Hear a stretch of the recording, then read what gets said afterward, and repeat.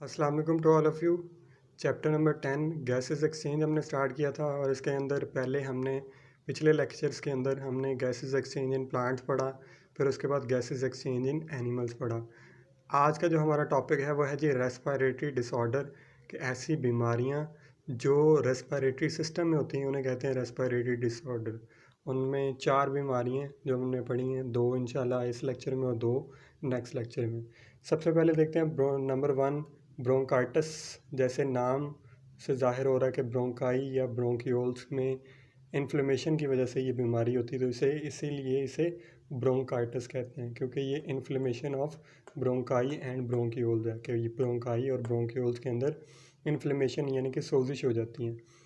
It cause excess secretion of mucus into tubes, कि इसकी वजह से बहुत ज़्यादा सेक्रेशन होती है म्यूकस की ट्यूब्स के अंदर। ट्यूब्स वो ब्रोंकाई ब्रोंकियोल्स वगैरह इन्हें ट्यूब्स कोलेक्टिवली कहा गया। तो इनमें सेक्रेशन जो है म्यूकस की वो बहुत ज़्यादा हो जाती हैं, leading to swelling of tubular wall, जिसकी वजह से क्या होता है कि जो ट्यूबुलर वॉल्स होती हैं वो स्वेल होना यानी कि सूजना शुरू हो जाती हैं, एंड नैरोइंग ऑफ ट्यूब्स, और इसकी वजह से जो ट्यूब है वो नैरो यानी कि थिक पतली हो जाती हैं, नैरो हो जाती हैं। इसके बाद है cause. It is cause by virus bacteria और exposure to chemical irritant.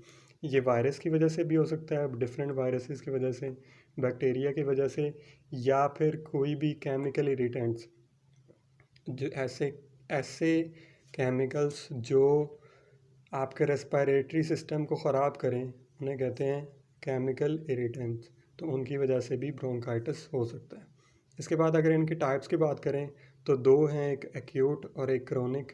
Acute बहुत ज़्यादा डेंजरस होती है, इसमें सर्वाइव करना बहुत मुश्किल होता है, और क्रोनिक में माइल्ड होता है यानी कि थोड़ा सा हल्का उसमें होता है, इतना ज़्यादा वो डेंजरस नहीं होता। कुछ देर के बाद पेशेंट जो है वो रिकवर हो जाता है।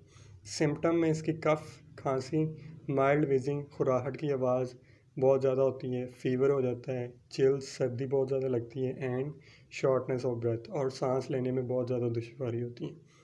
इसके बाद है जी हमारे पास second emphysema. It is destruction of walls of alveoli.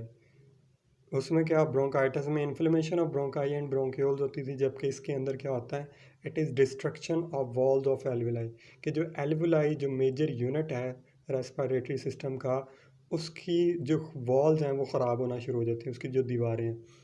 It results in larger sacs but with less surface area. इसकी वजह से क्या होता है कि वहाँ पे जो एल्वोलाई वो पहले ही सैक लाइक यानी कि थैली नुमा स्ट्रक्चर है, तो वो जो थैलियाँ वो बड़ी होना शुरू हो जाती हैं, लेकिन उसमें लेस सरफेस एरिया, जो जहाँ पे गैसेस ने एक्सचेंज होना होता है उसके लिए उसका जो एरिया वो कम हो जाता है फॉर गैसेस एक्सचेंज, यानी कि गैसों के तबादले के लिए।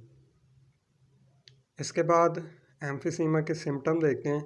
सिम्टम में सबसे पहले शॉर्टनेस ऑफ ब्रेथ, वही सांस लेने में बहुत ज़्यादा दुश्वारी होती है, फैटीग यानी कि कै वगैरह आती है, रिक्यूरेंट रेस्पिरेटरी इन्फेक्शन, और इसके साथ साथ दूसरे जो इन्फेक्शन है जो सांस लेने रेस्पिरेटरी सिस्टम के वो हो जाते हैं, और लास्ट वन है जी वेट लॉस, जो वेट है वो बहुत ज़्यादा कम होना शुरू हो जाता है।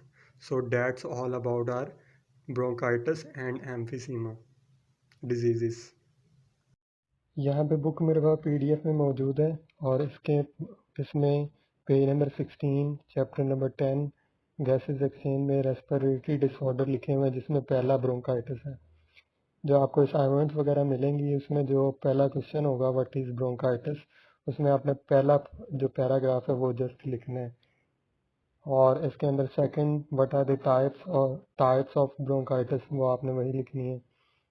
देर आर सेकंड पैराग्राफ पूरा कंप्लीट, और लास्ट पे जो सिम्टम, लास्ट 2 लाइंस में जो सिम्टम लिखे हुए हैं वो भी आपने एज इट इज़ ही करने हैं। इसके बाद नेक्स्ट पेज पे emphysema. Emphysema is the destruction of walls of alveoli. It results in larger sacs but with less surface area for gases exchange. As lung tissues break down, the lungs do not come back to their original shape after exhalation, so air cannot push out and is trapped in the lungs. ये आपके पास what is emphysema इसका answer जो है यहाँ पे है। इसके साथ आप हेडिंग देखिए नीचे कि सिम्टम इसके, तो सिम्टम इसके यहाँ पे डायग्राम के नीचे the symptom of emphysema include shortness of breath, fatigue, recurrent respiratory infection and weight loss. यहाँ तक ये आपने एम्फीसीमा का जो क्वेश्चन होगा वहाँ पे इसका आंसर जो है आपने यहाँ तक लिखना है। So that's all about our lecture number 6।